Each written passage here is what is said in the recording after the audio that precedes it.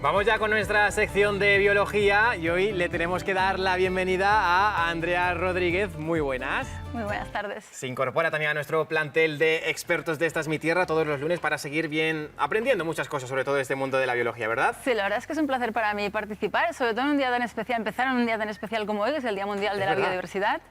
Con lo cual, para mí es importante empezar este día. Diversidad biológica, muchos animales ya sabemos que tienen diferentes tipos de alimentación, los que son exclusivamente carnívoros, omnívoros, los que hay que únicamente son herbívoros. Hay diferentes formas de alimentarse, esto evidentemente tiene un porqué, ¿no? Porque de esa forma específica es de lo que vamos a hablar hoy, Andrea, pero lo primero que tenemos que dejar claro, y esto es algo que a mí se aplica a los humanos, que no es lo mismo alimentarse que nutrirse bien. No es lo mismo, de hecho no tiene nada que ver. Una cosa es la alimentación, que es una acción que hacemos voluntariamente. Nosotros cogemos un alimento y lo ingerimos porque nos apetece o porque lo tenemos a nuestra disposición. En cambio, la nutrición tiene que ver más con una acción involuntaria que hace nuestro organismo, a través del cual el alimento que nosotros ingerimos lo digerimos y lo descomponemos en nutrientes necesarios para que nuestra vida, nuestra calidad de vida sea buena. Vamos, que podemos estar bien alimentados pero no bien nutridos, ¿no? Exactamente, decir. exactamente. Eso es lo que suele ocurrir. A los animales también les pasa. También les pasa, ¿no? Sí. A veces, pues, bueno, ahora hablaremos, ¿no? de todo eso, pero ¿qué podemos hablar, ¿no? Cuando hablamos de esa nutrición animal? ¿De qué depende? ¿Cuáles son esos factores? Sí, una vez tenemos clara esta diferencia entre lo que es la nutrición y lo que es la alimentación, luego aparece un nuevo concepto que es la nutrición comparativa. La nutrición comparativa lo que nos viene a decir, o lo que se viene a centrar, es en establecer los requerimientos nutricionales que necesita cada especie para seguir adelante con su vida, no solamente para mantenerse, sino también para reproducirse. Entonces, esta nutrición comparativa requiere de otros conceptos distintos que están entre ellos interrelacionados. Por ejemplo, necesitamos conocer la anatomía del animal, es decir, cómo está estructurado para alimentarse de unas cosas o de otras, tracto digestivo, mandíbulas, todo este tipo de cosas. También tenemos que tener en cuenta el comportamiento, es decir, cómo se comporta ese animal a la hora de obtener su alimento. Y por último, tenemos que tener en cuenta el estado fisiológico en el que se encuentra. Es decir, el estado fisiológico tiene más que ver con la cantidad de energía que necesitamos al día, y esa cantidad de energía varía, no solamente entre especies, porque hay especies que necesitan más energía en función del tipo de alimento que estén comiendo, y luego también dentro de una misma especie, dependiendo de si esa especie está ese organismo en concreto está creciendo o se está reproduciendo o sencillamente está en mantenimiento. La cantidad de kilocalorías que necesitan va a ser diferente. Y hay un ejemplo muy claro, ¿no? De que por qué tiene que estar todo esto unido. Sí, exactamente. El mejor ejemplo de todos para representarlo es el panda gigante. El panda gigante nos indica que tenemos que tener en cuenta todos estos conceptos para saber los requerimientos nutricionales que tiene. Por ejemplo, está catalogado, está dentro del orden carnívora, y toda su anatomía es exactamente igual que la de cualquier carnívoro, pero es un animal que se alimenta, el 99% de su dieta es de origen vegetal, concretamente de bambú. Está además especializado. Entonces, ¿cómo lo ha hecho el panda esto? Pues bueno, lo que ha decidido, el panda dice, oye, pues yo decido especializarme en el bambú porque es un alimento que me es fácil de obtener, lo tengo pues eso, relativamente sencillo, pero sobre todo no me cuesta esfuerzo, no tengo que discutirme con otros animales para obtenerlo, ¿no? Y entonces él cambia dentro de su organismo, o hace una serie de cambios en su organismo para poderse adaptar a consumir este alimento. ¿Cuáles? Pues ralentizar su tasa metabólica y pasarse muchas horas al día comiendo tranquilamente. O, por ejemplo, una característica muy importante del panda es que han desarrollado un pulgar, ¿no? Que es el pulgar del panda con el que pueden coger el alimento, coger en este caso el bambú y comérselo. Y ya con todo esto claro, ya se pueden establecer las diferentes estrategias, ¿no? Sí, o sea, lo que aquí tendríamos que tener en cuenta es que una vez tenemos esto claro, tenemos claro qué requerimientos nutricionales necesitamos, y los requerimientos nutricionales son los que nos va a decir qué tipo de alimentos vamos a consumir. Y ahí es donde entran las estrategias alimentarias. De las estrategias alimentarias conocemos tres principalmente: carnívoros, omnívoros y herbívoros. Pero es mucho más complejo que todo eso. Entonces, si te parece bien, podríamos ir a verlo en la pantalla. Vamos a ver esos distintos ejemplos. ¿Qué tenemos por aquí, Andrea? Bueno, pues a ver, como os he comentado, ¿vale? Las estrategias alimentarias son varias. Vamos a empezar por los faunívoros, en los que están incluidos los carnívoros. Los faunívoros son aquellos animales que se alimentan de fauna, es decir, de otros animales. Y entonces se caracterizan, fijaros aquí, en este caso es muy representativo porque es un carnívoro estricto, en tener un tracto digestivo sencillo, un tracto digestivo corto, no es muy complicado, no es muy complejo el tracto digestivo. ¿Por qué? Porque los faunívoros en general tienen que alimentarse de un tipo de alimento que es de fácil digestión, de proteína de origen vegetal.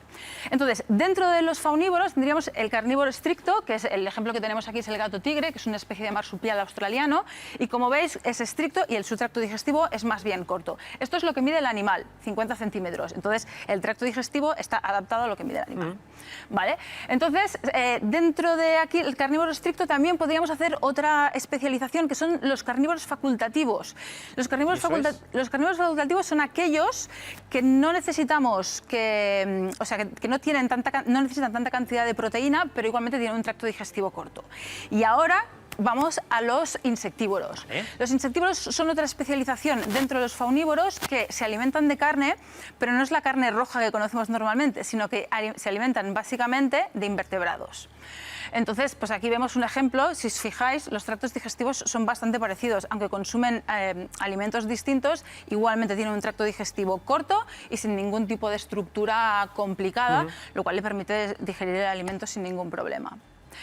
Y entonces ya pasaríamos al último grupo dentro de los carnívoros, que serían los piscívoros. Es decir, aquellos animales... Sí, claro, es que esto es un cachalote, tenemos que tener en cuenta que el cachalote son animales de gran envergadura, con lo cual el tracto digestivo... Pero fíjate que aunque el tracto digestivo sea muy largo, sigue siendo muy sencillo, no hay ninguna estructura complicada dentro del tracto digestivo, con lo cual nos indica que este animal se alimenta esencialmente de proteína de origen animal, de alimentos proteicos. Pero la característica de estos animales es que consumen alimentos de origen animal acuático, bien sea invertebrados, que estaríamos hablando de los crustáceos, moluscos, hasta medusas, o de los vertebrados, que serían los peces. Como para tener una digestión pesada, madre mía. Sí, sí. A ver, Andrea, vamos con otro tipo, ¿no? Sí, luego tendríamos los herbívoros. Los herbívoros serían un poquito los que, al contrario que los carnívoros, se alimentan esencialmente, o tanto parcial o enteramente, de alimentos de origen vegetal. ¿Vale? Y aquí sí que es verdad que durante este rato vamos a hablar solamente de los herbívoros estrictos, porque los herbívoros estrictos es muy amplio y si te parece bien hoy hablamos solo de los herbívoros estrictos. Y otro día de los otros, ¿vale? Y entonces ya vamos avanzando. Entonces, dentro de los herbívoros estrictos, en este caso son animales que necesitan una gran cantidad de fibra en su dieta, pero también necesitan una gran cantidad de proteína, que a veces esto no se tiene en cuenta, pero proteína de origen vegetal. Claro. ¿Vale? Entonces, dentro de los herbívoros estrictos tendríamos aquellos que se diferencian en dónde hacen la digestión. Entonces, lo primero que tenemos que tener en cuenta es que los herbívoros necesitan hacer la digestión, pero la hacen los microorganismos que viven en su tracto digestivo y que tienen una relación simbiótica. ¿Vale? Entonces, el fermentador pregástrico, ¿qué hace? Pues bueno, fíjate en este tracto digestivo de aquí, que aunque no es muy largo, sí que el estómago está mucho más desarrollado, si nos fijábamos en los anteriores, ¿no? Está más compactado, está más estructurado, tiene más modificaciones, ¿no? Entonces, esto nos quiere decir que la digestión se produce en esta zona de aquí. Entonces, una vez se ha producido la digestión en esta zona de aquí, automáticamente la fermentación se produce y el animal es capaz de integrar los nutrientes. Entonces, este sería un tipo de fermentador y ahora tendríamos el siguiente tipo de fermentador, que en este caso serían los fermentadores posgástricos. Vale. Que exactamente igual que los pregástricos, también se alimentan esencialmente de alimentos de origen vegetal, pero en este caso la fermentación, la digestión primero la hace el hospedador, porque en toda esta parte de aquí del tracto digestivo no hay microorganismos, o sea, la primera parte la haría el hospedador y la segunda parte, que sería en esta parte de aquí, en el intestino grueso, en la zona del ciego y el colon, la fermentación la harían los microorganismos. Entonces, lo que tenemos que tener muy en cuenta es que cuando estamos alimentando un herbívoro, en realidad estamos alimentando a su micro... A lo que hay por ahí dentro. Exactamente, a su microfauna. Y por último nos encontramos pues, bueno, con el orangután, que este es un ejemplo que lo he querido poner aquí porque el orangután, aparte de ser un fermentador posgástrico, porque se ve claramente, ves la diferencia entre pues, este de aquí también, esta zona de aquí es mucho más sencilla y en esta parte de aquí pues, está más desarrollado. El orangután se caracteriza porque dentro de los herbívoros este come esencialmente hojas. Es decir, eso que te comentaba antes, también dentro de los herbívoros estrictos están especializados en comer un tipo de vegetación u otra. Bueno, Andrea, nos faltarían los omnívoros, pero lo vamos a tener que dejar para otra ocasión. Bueno. No hay ningún problema, quedan, desde luego, mucho para hablar también. Fantástico. Muchísimas gracias. Muchas gracias a vosotros.